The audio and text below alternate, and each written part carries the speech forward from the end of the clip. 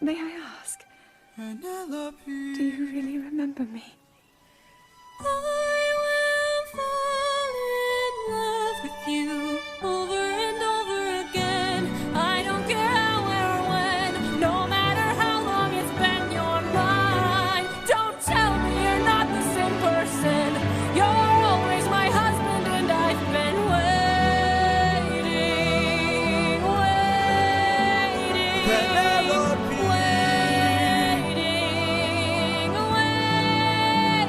Penelope!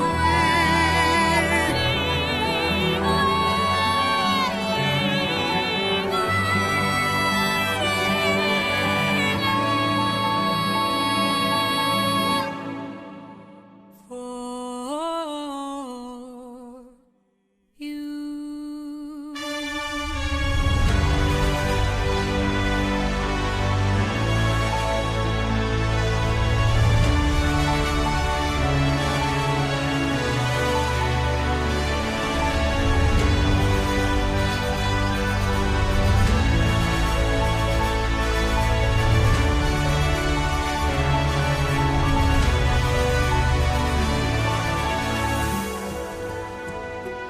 My son, it's been 1 year since you left us, and nearly 5 since I last heard your voice.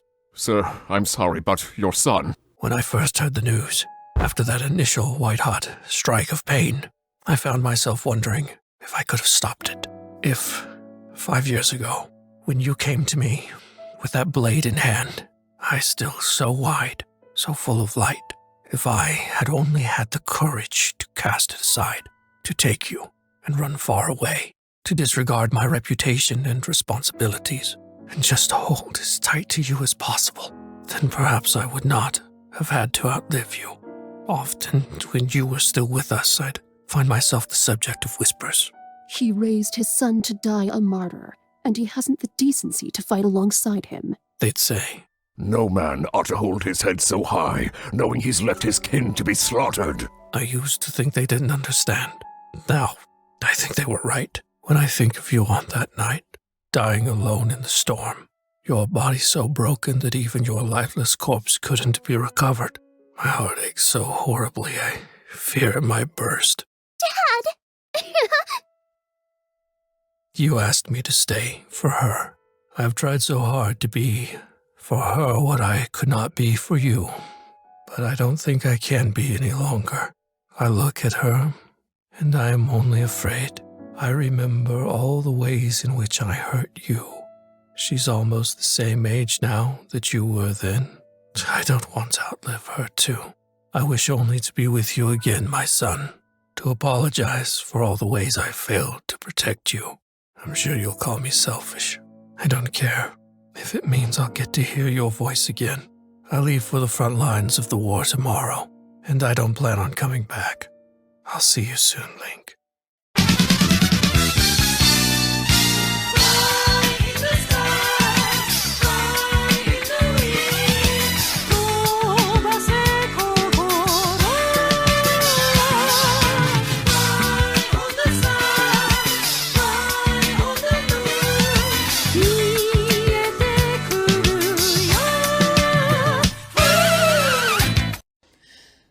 I was never looking for her till I found her. Now I find her everywhere.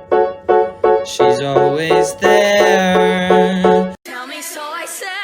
Tell me so I say.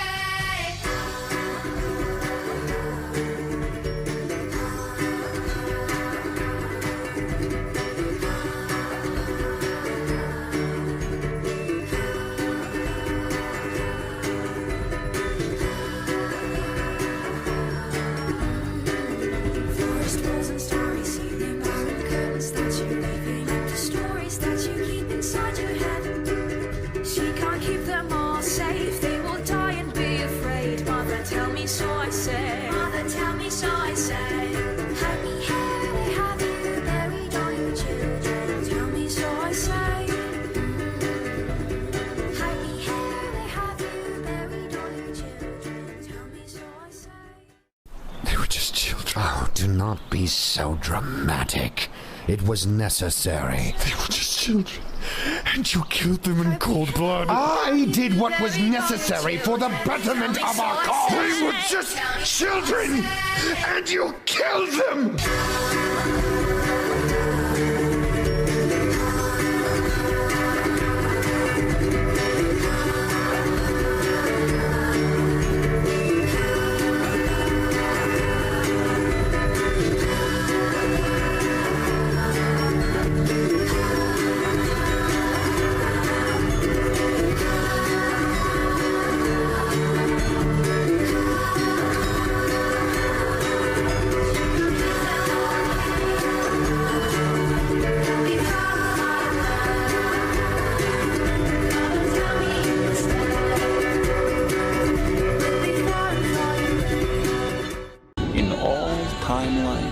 In all possibilities, only you.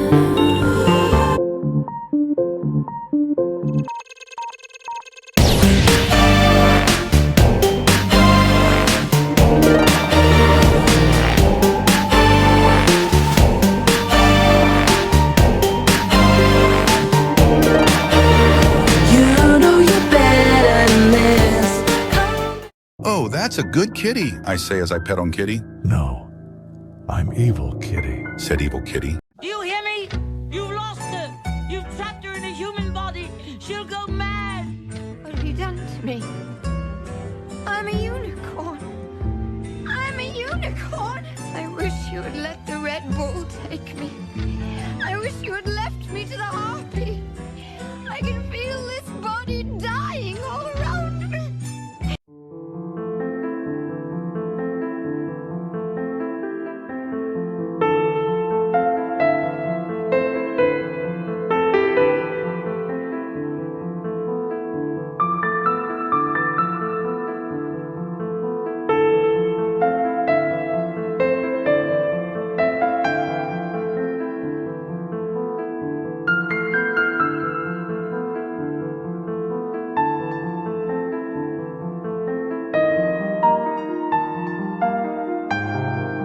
Historia states that the hero of Time's biggest regret was not being remembered as a hero.